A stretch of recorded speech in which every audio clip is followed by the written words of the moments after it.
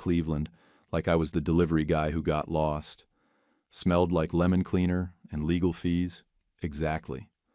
My old man Russell sat there already, tapping the table with 2 fingers like he had somewhere better to be.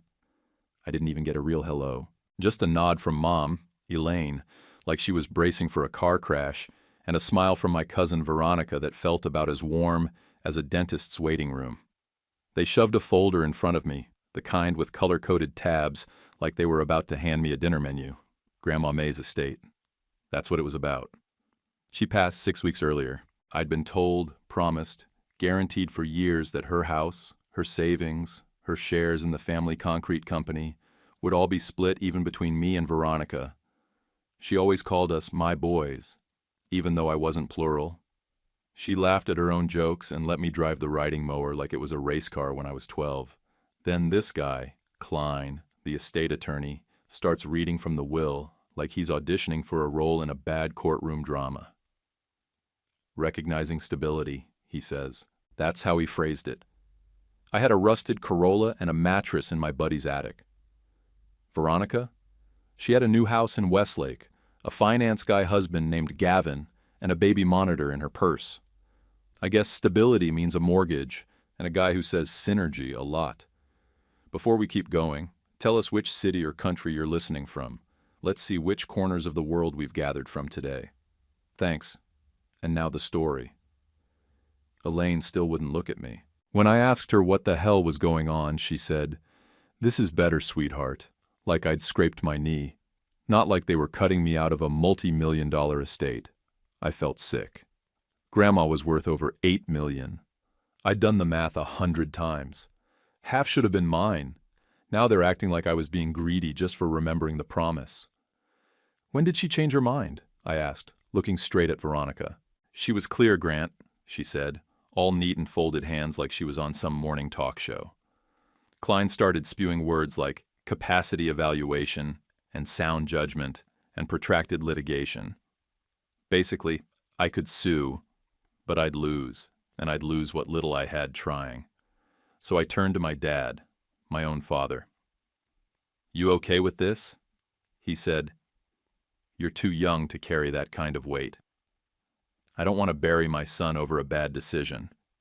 That hit hard, especially since he'd already burned through my little college fund a year ago to buy a new skid steer for the company. Nobody brought that up.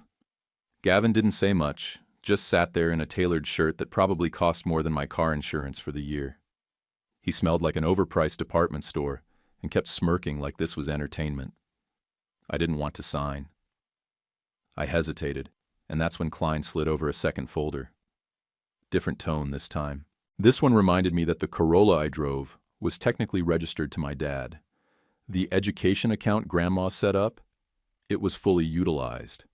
There was a little typed note at the bottom, real polite, suggesting I could be cut out of any further discretionary family support. Funny. I didn't remember seeing any support, so I signed. I signed like a damn idiot because I was 18 and sitting in a room full of blood relatives who'd decided I didn't count. I walked out of that building with the same cracked phone, 2 shirts in my backpack, and a rage that settled into my chest like mold behind drywall. And I still can't smell lemon cleaner without my fists curling. I'd never heard pipes scream until I moved into that upstairs room above the old barber shop. The building moaned every time the heat kicked in, like it wanted to give up but didn't know how. I paid cash once a month to a guy named Arlo who ran a vape store downstairs and didn't ask questions. The carpet smelled like wet socks and old cologne, and I had to sleep diagonally to avoid the dip in the floor, but it had a deadbolt and a roof. And after the storage unit, that felt like a promotion. Trent picked me up most mornings in a beat-up Silverado with no heat and a radio stuck on sports talk. He didn't talk much, which was fine by me. We started hitting deeper neighborhoods, not just the suburbs, but those weird in-between pockets where people build additions without permits and bury old trucks behind their sheds. The kind of places where neighbors stop waving and dogs bark through fences made of 2x4s and hope. What got me wasn't the houses, it was the people. You start seeing a pattern after a while. People don't get behind on payments because they're lazy. They get sick. They take care of someone who got sick. They co-sign for a niece who promises she'll pay on time, Then the hours get cut. Then the second job dries up. Then they're 3 months behind and someone like Trent is on their driveway with a clipboard, trying not to make it personal. He'd say, "Don't judge it. Just record it." And I did. I kept a little spiral notebook in my jacket pocket, wrote down what I saw. Sometimes it was just names and dates. Sometimes it was details. A set of dishes still in the sink, a door with 5 locks, a broken recliner, and a dusty treadmill someone clearly bought for a fresh start that never showed up. We hit one house out in Berea, where a woman, probably in her 70s, came to the door in slippers and a brown sweatshirt. Her son had taken out a loan in her name for a home remodel. Never started it. Just used the money and disappeared. She handed Trent the keys to a leased Ford Edge and said, "He said he needed it more than me." That sat with me for days. Then came the Saturday I didn't expect, Veronica's driveway. Trent was flipping through his clipboard like usual when I saw the address and froze. "You all right?" he asked. "Yeah," I said, "just tired." We pulled up, and there it was. The same white brick house she showed off on social media with captions like "First Christmas in our forever home." Gavin came to the door wearing gym shorts and a t-shirt that probably cost more than a week of my wages. His face did this twitchy fake smile thing when he saw me. I didn't say a word. I let Trent do the talking. "We're here for the Yukon Denali, VN ending in 3417. Gavin stammered something about calling the finance company Monday and a mistake with the auto pay. Trent nodded like he didn't care, because he didn't. We took the car, and I told Trent to drive before I changed my mind and cracked Gavin's front teeth on his own porch. After that, I started taking clean-out jobs on the side, bank foreclosed homes that needed someone to pack up the leftovers and haul them out. It was depressing work.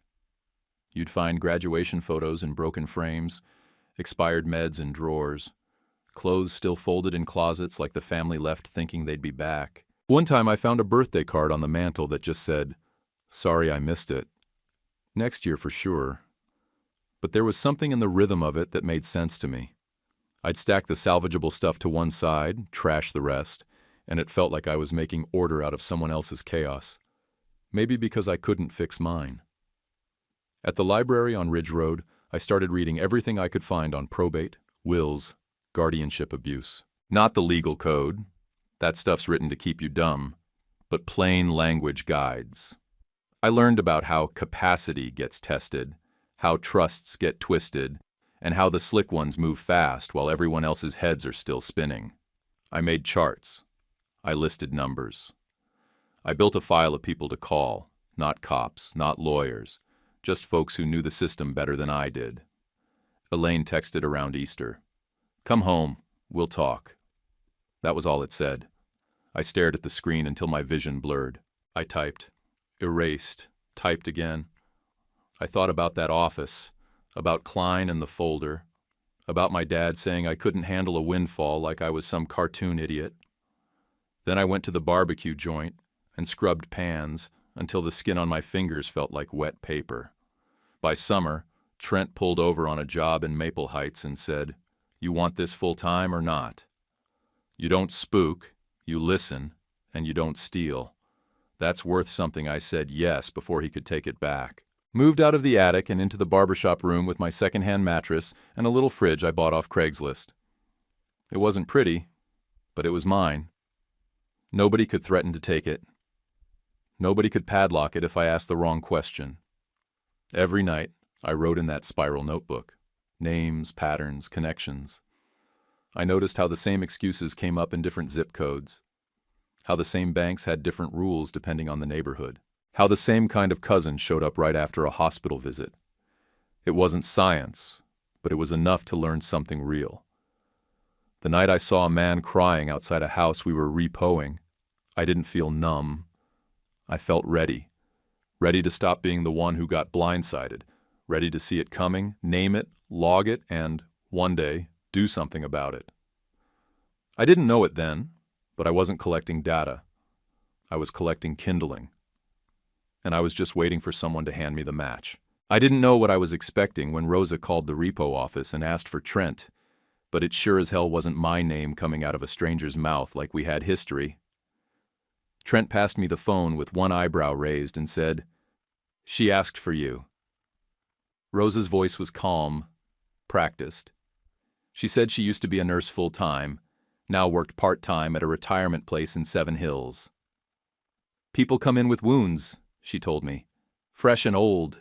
The older ones are quieter." She said she'd recognize me from a photo. "You were smiling, sitting with your grandma on a dock." She said the frame showed up in a box of donated items, probably from the lake house. "We keep some around to make the rooms feel homey," she said, "but I knew it was you." I didn't say much, I just listened. Then she said she had something of mine. Well, not mine, but something that was meant for me. A note, folded tight and tucked inside a gardening book my grandmother had donated when she was downsizing. Rosa said she held on to it because something about it didn't sit right, and when she saw the picture she remembered.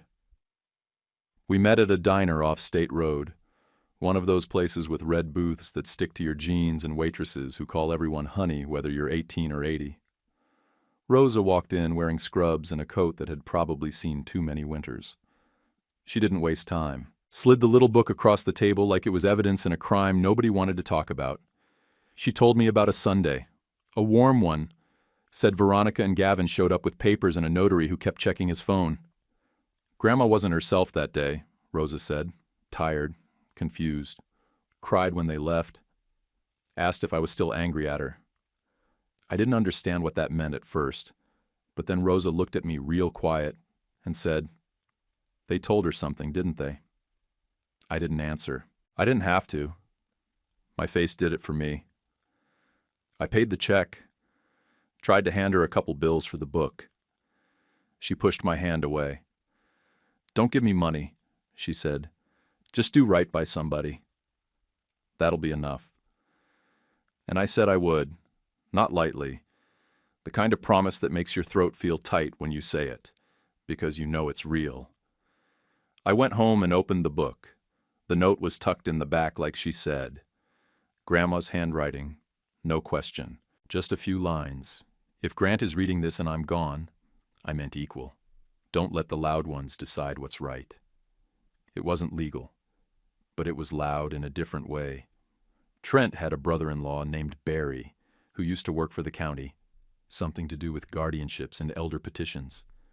I asked if he could introduce me, said I had questions that needed real answers. Barry met me at a Perkins near the courthouse and brought a yellow legal pad and a dry sense of humor. He laid it out straight. Families pull the same stunts all the time. Signatures when someone's tired. Capacity claims time just right. Judges get tired of seeing the same last names attached to the same mess.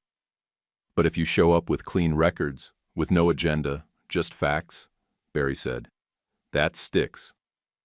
That night, I opened my laptop, the same one I bought used for $80 at a pawn shop, and started building a template. Something simple. A way to log valuables, bank account summaries, lists of recurring bills, notes from conversations. I wasn't trying to be a lawyer, just someone who could put facts in one place before someone else rewrote them. I called it Harbor Ledger. Printed business cards at a 24-hour copy place and passed them out one by one, at churches, at grocery stores, and waiting rooms, to clients from repo runs who looked like they were drowning in family. The first call came from a woman whose dad had been tricked into refinancing his house twice by his own nephew. She didn't trust anyone in her family and asked if I could just look over some papers. I did. We flagged things, documented assets, got him set up with a lawyer she found online. She paid me $200 in an envelope and said I had the eyes of someone who'd been through it. After that, I started getting referrals in weird ways. Through a church bulletin, a guy from Trent's bowling league, even a vet center volunteer who handed my card to a widow who was afraid her grandson was stealing checks. The work put me in rooms that smelled like old coffee and Bengay. I sat with men holding war medals and women with stacks of bank statements they didn't understand but were afraid to hand to anyone else. I learned to listen without talking. I learned to ask without making it sound like a test. And I learned how deep the betrayal runs when it's done by someone who says I love you while draining your account. One case stuck harder than the rest. Al, a man in his 80s with a bad back and a photo of his wife on every wall. He told me his grandson helped with bills, but couldn't explain why so many checks had gone to something called Sportstar Breaks. I looked it up, some online marketplace for collectible cards. The kid had been buying packs with Grandpa's name on the checks. I drove Al to the bank myself, sat next to him while he asked, voice shaking, for them to block the account and set up a dual signature requirement. When it was done, he sat in the parking lot with his face in his sleeve and said, "I didn't want to believe it." I said, "You still did something about it.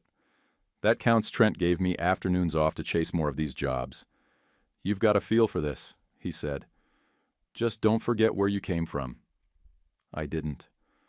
I still hauled couches on Saturdays and cleaned out basements when things got lean.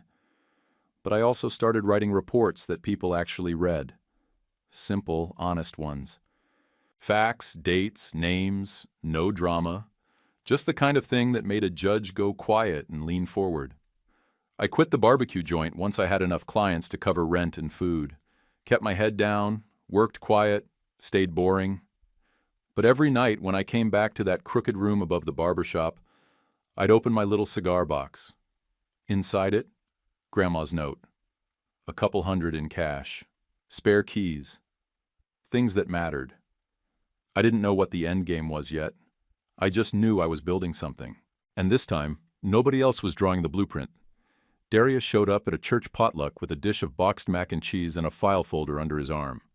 We both got roped into sitting at the same folding table by an old woman who kept calling everyone sweetheart and slapping our arms like we were her grandsons.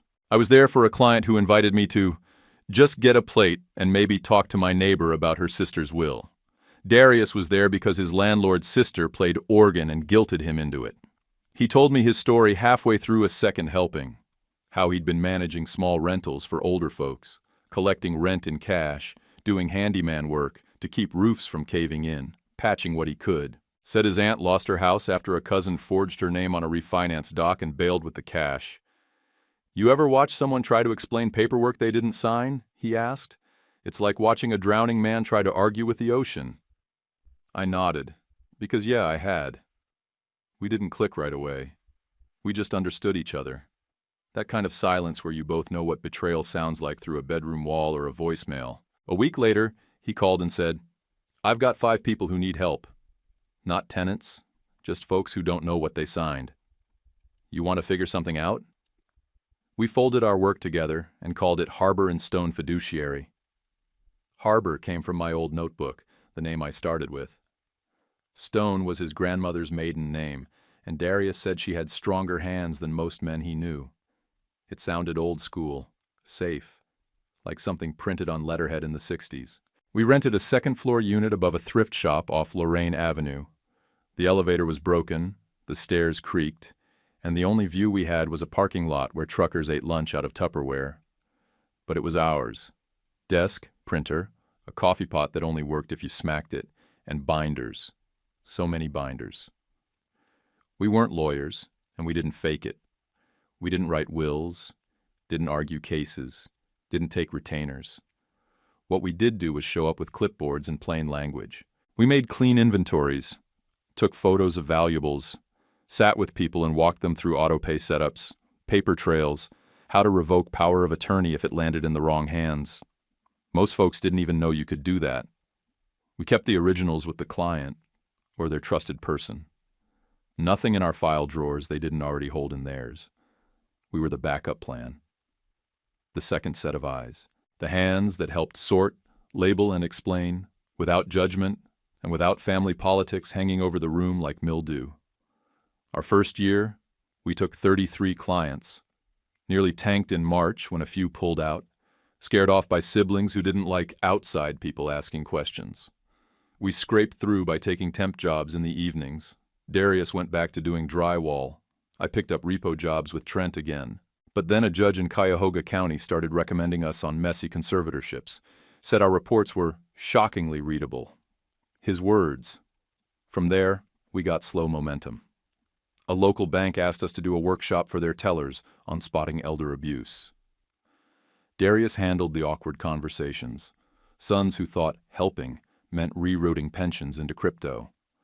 I handled the panic calls at 11 p.m., when a niece showed up with a van and a storage unit lease and wasn't on the power of attorney. We wore the same 2 shirts for months, drove old cars. Every dime we made, we put back into Harbor and Stone.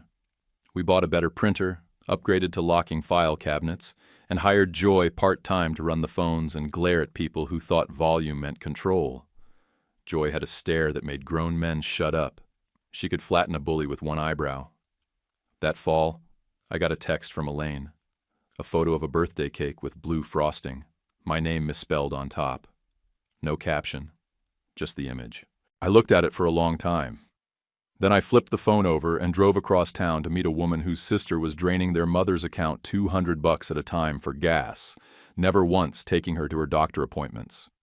I sat in her kitchen, explained what to do, handed her a checklist, and left with a mug of lukewarm tea and a promise I'd follow up. That was our rhythm. Show up, listen, document, teach. No capes, no courtrooms, just quiet damage control for people who were one signature away from getting cleaned out. We built trust by being boring. Our reports were short. Our advice was practical. We gave out lockboxes with coded keys, color-coded folders, little index cards with emergency contacts. We told people how to say no without making it a family war. And when someone didn't want to deal with a loud cousin, we sat in the room so they didn't have to. Then, the Plain Dealer ran a piece on elder financial abuse. Didn't name us directly, just mentioned a small local fiduciary team doing clean, effective work. But that was enough. Phones blew up for a week. We brought on 2 more field staff, then another. By the end of the 2nd year, we had 9 people, all trained in calm voices and clear eyes. Nobody wore ties. Everyone carried notebooks. We got invited to speak at a business breakfast. The eggs were cold, the toast tasted burnt, but nobody left the room early. A week later, Rosa left me a voicemail. Said a woman at her retirement center used to clean my grandma's house. The woman remembered a day, early spring, over a decade back, when my dad took Grandma to a notary and came home grinning, told her at the sink, "Things are finally in order." I played that voicemail twice. Then again, I didn't react. Not out loud. I didn't march into anybody's office or fire off a letter. I just added it to the ledger in my head, started a new column with names I already knew by heart. Russell, Elaine, Veronica, Gavin. I didn't have a move yet. No courtroom dream or revenge plan. Just a folder with tabs this time. Real tabs, built by me. The kind you don't ignore. And the next time someone slid papers across a table, they'd be mine. Darius didn't even blink when I told him. We were standing in our cramped supply closet at the office trying to fix the label printer that kept jamming. I said, "Russell Concrete's about to fold if they don't find 1.35 by Friday." Darius leaned against the doorframe and said, "Then we better get a pen." The next morning, we called his cousin Reggie, the one in commercial collections. Reggie showed up in a hoodie that said, "Pay me or run," and laughed when we told him we wanted to buy distressed notes. "You two watch too many movies," he said, flipping through his tablet. "This ain't chess. It's paperwork and slow knives.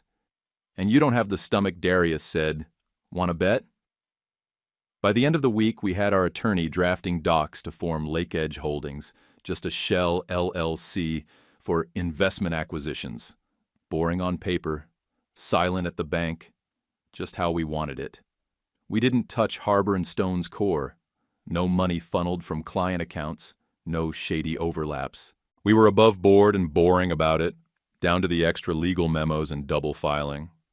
The seller was a regional debt management outfit that handled small commercial paper the big boys didn't want to chase. They offloaded the revolving line, 2 equipment loans, and the lien on the yard for less than 70 cents on the dollar. I wrote the check with hands that didn't shake. When the packet came in the mail, official assignment of rights, I just sat in the barber chair we kept in the office for coat storage and stared at it for a while. Somewhere in the middle of that mess, I ran into Kayla. I was grabbing cold meds at a strip mall pharmacy when she tapped me on the arm. She looked tired but good, like someone who got by without pretending. We talked for a few minutes in the supplement aisle, like no time had passed. "You still hauling junk?" she asked, smiling a little. I told her about harbor and stone, about what we were building. She nodded and said, "That actually sounds decent." She told me her dad was getting weird mail, letters with shiny envelopes and promises about unlocking equity and aging with power. Her brother, of course, thought it was a great idea to leverage the asset for upgrades. I asked if her dad had mentioned needing upgrades. "No," she said. "He just wants to keep his garden and watch the Browns lose in peace." I drove out to Lakewood that weekend. Her dad lived in a small ranch house with green shutters and a dog named Elvis who barked like he was 10 feet tall, but had the knees of a toddler. We sat at the kitchen table and spread out the letters, predatory reverse mortgage offers, a guy named Vince offering free inspections and equity reviews. It was the same garbage I'd seen 100 times. I flagged the worst ones, called the county hotline, and walked her dad through steps to opt out of the mailing lists. Kayla hugged me at the door, one of those forget you're standing there hugs. Then she stepped back, caught herself, and said, "Thanks." I kept it clean. I didn't need another regret. Not then. Back at the office, Rosa called again. She'd been talking to one of the oxygen tank delivery guys at the home, Frank, I think, who remembered Grandma crying one day after a visit from Veronica. "She told me you were working in Toledo and wouldn't be coming back," Rosa said. But she looked confused. Not upset at you, just unsure. That hit harder than it should have. I remembered sitting in that office downtown, the way Klein said restated, the way Veronica folded her hands, the way my mom wouldn't meet my eyes. I'd felt erased. Now I knew they'd made her believe I'd disappeared. I started digging, found the notary from that spring. Took a little work, but he'd moved to Florida and still had professional logs on file. Our attorney filed the request, all standard. The notes came back with one sentence that stopped me cold. Signer upset, confused, family insisted, capacity letter in file per Attorney Klein. There it was. Not a bullet, but smoke. Just enough. I started a separate binder, titled it Lake House in big block letters. Inside, I stacked everything. Grandma's handwritten note, Rosa's statements, Frank's memory, and the notary log. I added dates, created a timeline, labeled everything. I didn't know where it was going yet, but I knew the paper mattered now. Then, 2 months later, Luis called. He said, "You didn't hear this from me, but your folks need 1.35 by Friday, or they lose the trucks, the yard, and the office with that sad fake ficus in the corner." I stared at the receiver for a second and said, "Appreciate it," hung up, looked at the wall where we kept our field maps. I'd written Russell Yard in pencil weeks ago just to see what it felt like. I turned to Darius and said, "It's time to see if the concrete's cured." He didn't ask for details, just nodded and opened a drawer to start pulling the purchase agreements. We had everything, the assignment letters, the security interest, the default clauses. They were late, behind, leverage to hell. We didn't need a judge. We just needed a meeting. We scheduled it for Thursday afternoon, a rented boardroom downtown with brick walls and industrial light fixtures. Made it look like success lived there. While we waited, I ran the Lake House file one more time. Timeline, voice memos, quotes. I added a few lines from that day in the notary log. Not for court, for me. Because it was never just about the money. It was about what they tried to bury with a pen and a fake smile. They thought if they shuffled enough paper, nobody would see the truth through the fog. But I was done being fogged. Now I held the debt. Now I held the clock. And now they were going to sit across the table and realize what it feels like when the math runs out and the floor gives way. The boardroom we rented sat on the second floor of an old warehouse that had been flipped for modern industrial use. Brick walls, glass doors, plants nobody watered, and chairs that looked more expensive than they were comfortable. Darius and I got there early. I adjusted the cuffs on my only suit, the charcoal one I bought years back for a wedding I skipped, and wiped my palms on my thighs like I was about to pour concrete with bare hands. He looked over and said, "You good?" "I'm good," I said. "You?" "I'm steady," he replied. No smile, no nerves, just steady. They came in together. Russell and Elaine first, both grayer than I remembered but not smaller. Then Veronica and Gavin, dressed like they were heading to brunch afterward. Klein showed up last, 10 minutes late, like he thought we'd wait longer just to feel his presence. He set his briefcase down like it carried justice. We didn't offer handshakes. We didn't offer water. Russell started right away. Voice tight, clipped. The bank moved the date up. We need an immediate injection, or we lose the equipment, then the yard, then the county contract. It's temporary, Grant. We just need breathing room. I didn't blink. Why should I care? Elaine looked at me like she might crumple. We are still your family, she said, soft like that was supposed to mean something now. What's my middle name? I asked. She hesitated. Her mouth opened, then closed. It's Michael, she said finally. It's Matthew, I said, but good try. Veronica folded her hands like she was still the queen of the table and leaned in.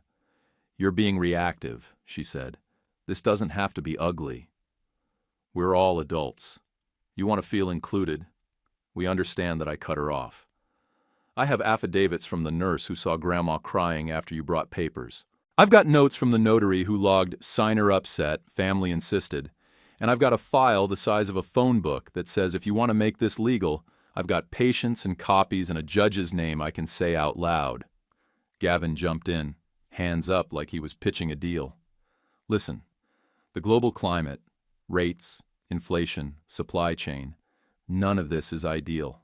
Our timing was off. The market changed. Which casino in Detroit banned you after you lost a contractor's retainer playing baccarat? I asked. His face went pale, and I watched his mouth try to find a shape that would save him. Nothing came out. You know what's funny? I said. You used to smirk like you had the winning hand. Now you look like a guy hoping nobody calls the bluff. Klein cleared his throat. We're here to negotiate, not litigate. I slid a folder across the table. Inside was the letter confirming Lake Edge Holdings as the recorded holder of the revolving line and the 2 equipment loans. Klein opened it, read through twice, then sat very still. You're holding the paper? He asked. I bought the paper, I said. Bought the time. Bought the note. Bought the rope, Veronica whispered. You're cruel. I leaned forward. No, Veronica. Cruel is letting someone who trusted you believe their grandson vanished. Cruel is standing over an old woman with a clipboard and a clock. What I'm doing is justice. And believe me, if it were revenge, it'd be uglier. Russell opened his mouth like he wanted to argue, then just stared at the folder. I laid out my terms in plain, steady words. You sign over the company, Russell Concrete and Frame. You surrender accounts receivable, the office condo, the yard, the lake cabin, the house you love to take photos in. You walk away with clean slates and bus passes. That's it? Elaine's eyes welled. Her voice cracked. Please don't do this, baby. I looked right at her. You already did it. There was a silence then, long.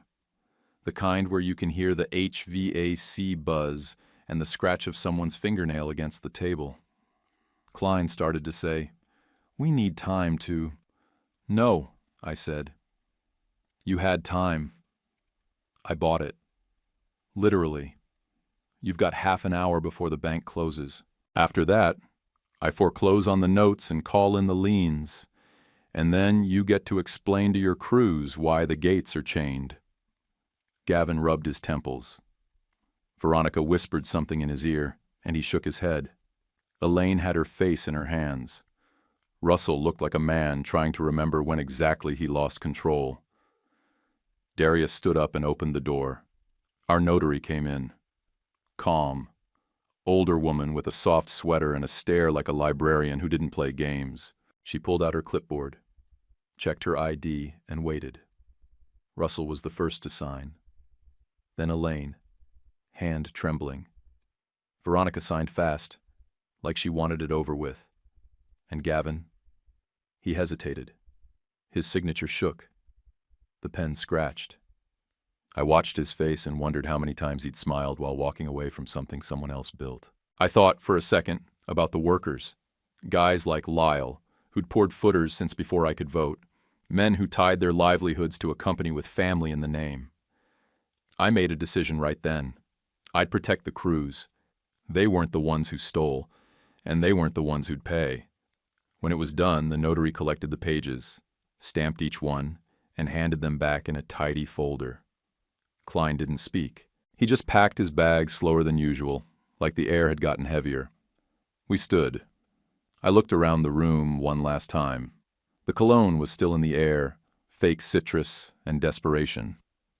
Veronica wouldn't look at me. Gavin tried. I didn't let him. "Keys go on the table," I said.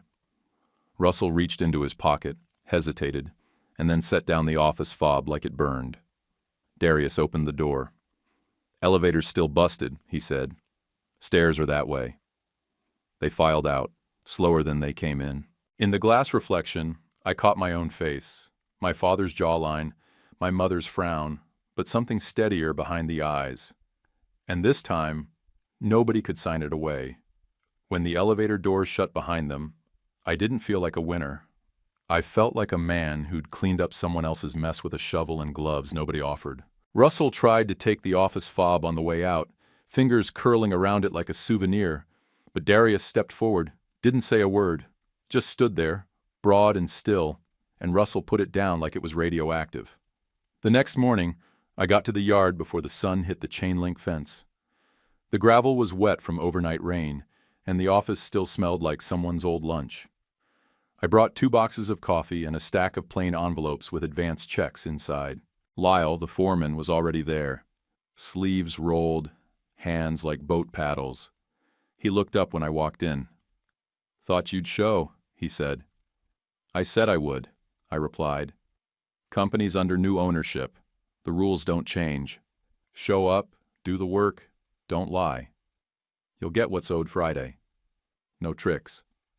He nodded. "We poured a lot of footers for your grandma." "I know," I said. And that was the end of it. No speeches, no handshakes, just work. I called the county and told them the company was stabilizing. New ownership, clean books, obligations intact.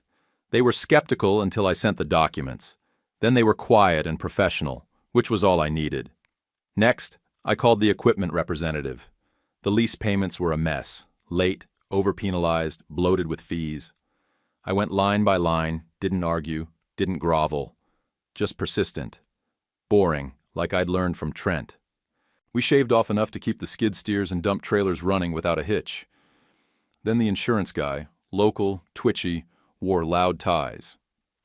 I told him I wanted temporary bump coverage for a month, enough to cover all active job sites so nobody got cut and ended up bankrupt. He asked why the sudden concern. "Because I care more about the guys under the rebar than the names that used to be on the door," I said. He didn't ask anything else. Later that week, a local paper ran a short piece. "Local fiduciary firm acquires troubled contractor to protect payroll and client obligations." They called me hard-nosed. I didn't correct them. The article talked about elder abuse in generic terms, didn't name names, didn't drop drama. That was fine. I wasn't there to shame a city. I just wanted certain people to see it and remember I wasn't the floor anymore. That night, Kayla called. Her voice was tight, clipped. "It's happening again," she said. Her brother had convinced their dad to sign a temporary power so he could speed up some house upgrades. I said, "What upgrades?" She said, "None." The plumber showed up 2 hours later, asked where the checkbook was before he even looked at a pipe. I drove over with 2 folders and a notary. We unwound the mess in 45 minutes flat. Her dad looked at me like he was holding shame in one hand and gratitude in the other. He asked what he owed me. I said, "A barbecue when the weather warms." He smiled and said, "With ribs." Rosa came by the office the next morning with a Tupperware of banana muffins that looked like they'd survived a war. She didn't ask questions, didn't bring up Grandma or the house or anything. She just looked around the office, at the shelves of binders, the wall of field logs, the case files stacked by last name, and nodded like she approved. I pulled Grandma's note from the safe and showed it to her, still in the plastic sleeve. She touched it with 2 fingers. She was soft, Rosa said, but they mistook that for weak. So did I said. The quiet twist came on a Thursday. A man walked into the lobby like he owned the building. White shirt, big belly, expensive haircut gone to seed. Said his name was Vogel, Veronica's father-in-law. Joy gave me a look and buzzed me. He says it's urgent, she said, half laughing. I brought him into the side room. He dropped a folder on the table and opened with, "If you think you've bought the last of the paper tied to your family, you're wrong." I raised an eyebrow. "Let me guess. Gavin borrowed from you?" "He borrowed from a partnership I manage," Vogel snapped. "And if you don't want the lake cabin locked down with liens, you'll work with me." I leaned back in the chair. "You want to throw him under the bus? Fine. Just don't use me as the bumper." He looked stunned, not used to being talked to like that. "These little companies of yours," he started. Joy must have heard him because when he left, she was laughing so hard she had tears in her eyes. "That man just got told to sit in line and didn't even know it." The next day, Klein sent a letter, full of legal fog. Implied the signatures were given under distress and might not hold up under deeper examination. Classic saber rattle. Our lawyer responded with a 24-page packet, timeline exhibits, the notary log, note purchase documents, and a draft complaint citing undue influence on a vulnerable testator, with statements from Rosa, the oxygen guy, and the Florida notary. The whole packet was quiet, clean, and fatal. Klein didn't write back. That week, for the first time in over a decade, I slept through the night. Not because the money was fixed. It wasn't. Most of it went to back pay, job site stabilizations, and filing fees. I wasn't rich. I wasn't even clear. But I felt something set straight that had been warped so long, I thought it was built that way. And I didn't gloat. I didn't post. I didn't pop champagne. I went to the job sites, brought coffee, watched the guys pour and level an edge like they'd been doing for years. I stood under a bridge we were forming, light rain hitting my shoulders, and thought about Grandma's hands in soil, not Russell's in ledgers. I remembered how she used to hum when she gardened. Never sang, just this quiet tune with no name. And I realized that if she'd seen all this, the binders, the paperwork, the crews still clocking in, she wouldn't have said much. She just would have nodded, and then gone back to planting. We broke down Russell concrete and frame like a crew packing up a fairground, slow, careful, naming every piece before it left. I walked the yard one last time with Lyle, pointed at what stayed and what went, and we made a list like it meant something. We sold 3 of the trucks to a company in Akron run by a guy Darius knew from way back. Transferred 2 long-term jobs to a contractor who still paid on time and didn't scream when you asked for safety reports. We kept the yard just long enough to settle payroll and fix the mixer that hadn't turned right since Bush was in office. The guy who fixed it had been kicking it for 20 years. Said it was personal. The office condo sold to a dentist. She liked the windows and said she didn't mind the floor slanting a little. Said it made her patients sit straighter. The yard went to a recycling company at auction. They promised to keep the gravel piles and not level it for condos. I didn't care what they built.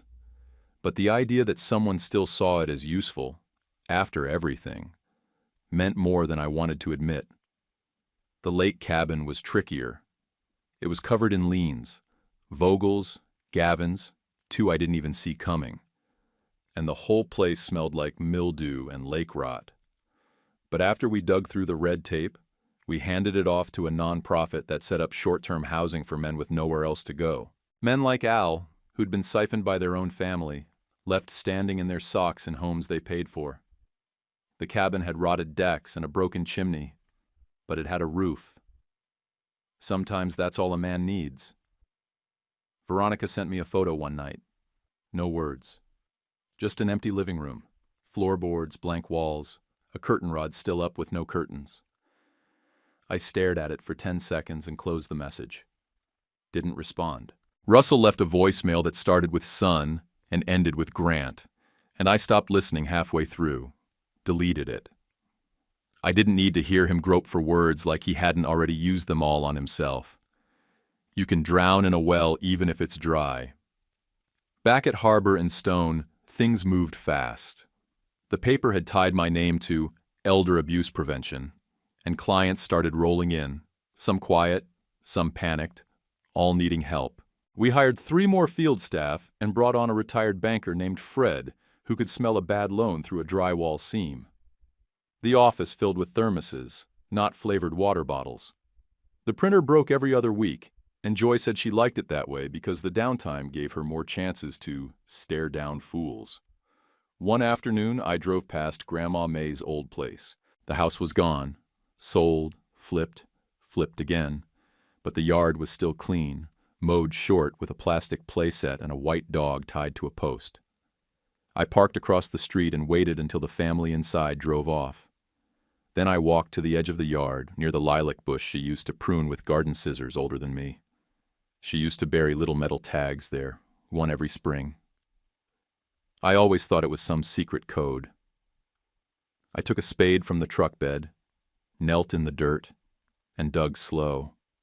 I hit a small tin box on the 3rd try, rusted but whole. Inside was a photo of me and her with dirt under our nails, sitting in lawn chairs with our socks pulled high like we thought it was cool. There was a coin, 1972, same kind she used to keep on the kitchen windowsill. She never said why she liked that year. Maybe it was just the one where she learned people hide things in plain sight. Back at the office, I found a twin of that coin in a junk drawer full of bent paper clips and keys that didn't match anything anymore. I wrote Rosa a real thank you, not a text, not a voicemail, just a handwritten note with the coin taped inside. Told her she was part of the spine that held me up, that her voice made the difference when mine was gone. She wrote back on plain paper, no return address. Just 5 words. Don't forget to be kind. I didn't forget. Kayla and I stayed on the edge of something soft. We had coffee now and then at a strip mall cafe between a dry cleaner and a vape store. We talked about her dad's tomatoes and her brother's latest apology attempt. When she hugged me again, I let it land how it landed. No grab, no promises. Just 2 people who remembered being dumb and hungry and decided not to make a mess this time. I set up a fund in Grandma's name. Nothing with press or plaques, no scholarships, no board meetings. Just paid a few overdue property tax bills for 10 seniors that winter and covered a roof repair for a man whose nephew meant to handle it. But never did. Good deeds don't erase what's been carved, but they fill in the cracks enough to let you walk without limping. The only thing I held on to with teeth was Klein. I didn't ruin him. That would have been too easy and too small. I hired him. Not for show, for compliance. Made him go through our documentation like anyone else. Paid him a salary he would have laughed at 5 years earlier. He shook my hand like he'd swallowed a thumbtack. I smiled the same way I did when Gavin flinched in that boardroom. Klein was good at what he did, when he remembered who he was doing it for. Every binder he reviewed, every checklist he stamped, every policy he touched, he did it holding the very structure he once told me I'd never have. If that sounds like revenge, maybe it was. But it was slow, soft, and earned. Sometimes the best way to return a blow is to build something they said you couldn't, and hand them a copy of the blueprints. People still asked if I forgave them. I never had a clean answer. Forgiveness isn't a light switch. It's a faucet that leaks on certain mornings and drips quieter when you get around to replacing the washer. Some days I felt steady. Other days I'd walk into a public restroom, catch the sharp hit of lemon cleaner, and want to throw a chair through a window. One night, Nate came by. Same buddy I'd crashed with back when I was sleeping behind tire shops and calling it survival. We sat in my kitchen, shoes off, a pot of chili on the stove, and he said, "I should have told you something years ago." He'd been at a bonfire, one of those late summer things, beer in coolers, phones left on dashboards. He overheard Veronica talking to someone, maybe Gavin, maybe Russell, about convincing May to update her wishes. That was the phrasing. Update her wishes. He didn't tell me then because he thought I'd explode, maybe get arrested. I stirred the chili without looking at him and said, "I'm not mad you were scared. I'm mad nobody else was. He didn't argue, just nodded and grabbed bowls from the cabinet like he still lived there. The day we finalized the sale of the yard, last signature, last set of keys, Russell showed up across the street.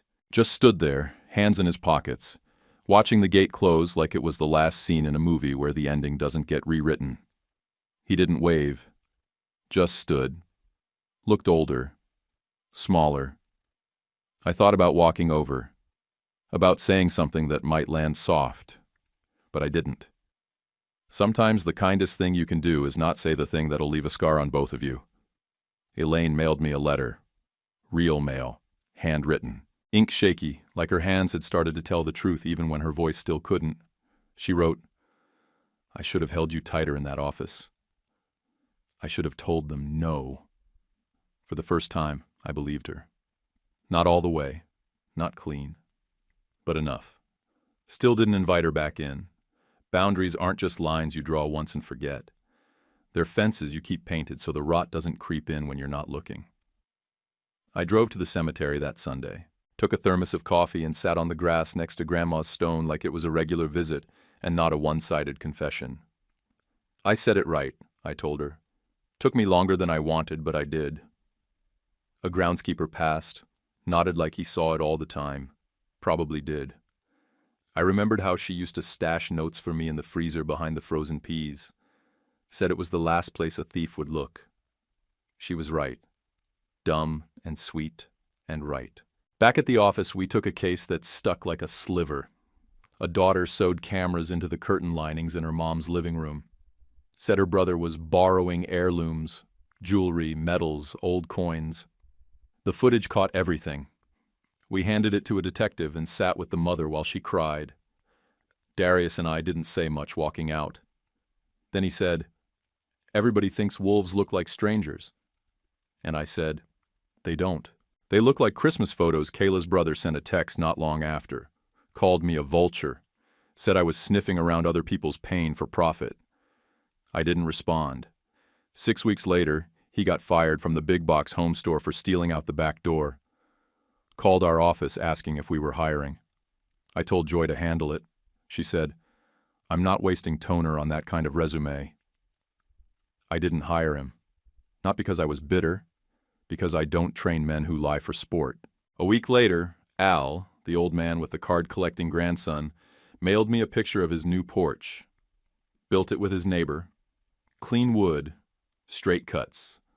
No paint yet, just raw. Taped to the back was a note. Still got the checkbook. Still mine.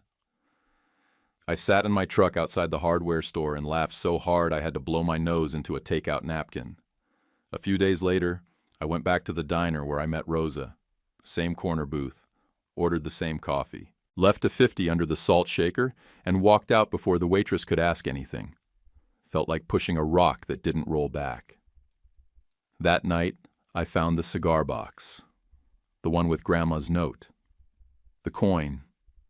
The binder tab labeled Lake House. I held it in my lap for a while. Listened to the quiet. For a second, I heard Russell's voice in my head. "You'd waste it."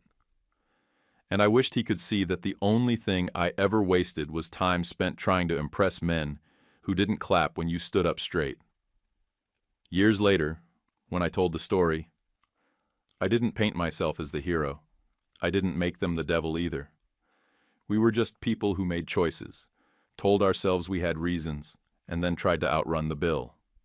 That doesn't excuse any of it. But it does mean I know what kind of story I'm in. Not a fairy tale, not a tragedy, just one of those long, slow, reckoning stories where no one walks away untouched. The papers said I was ruthless, that I turned a family business into severance checks, structured settlements, and a lake cabin with a new lock for men who needed their own keys. They weren't wrong. My corners had sharpened by then. But none of them printed the part where I brought coffee to the yard and stood in the rain beside Lyle until the concrete set just right. That part never fits in a headline.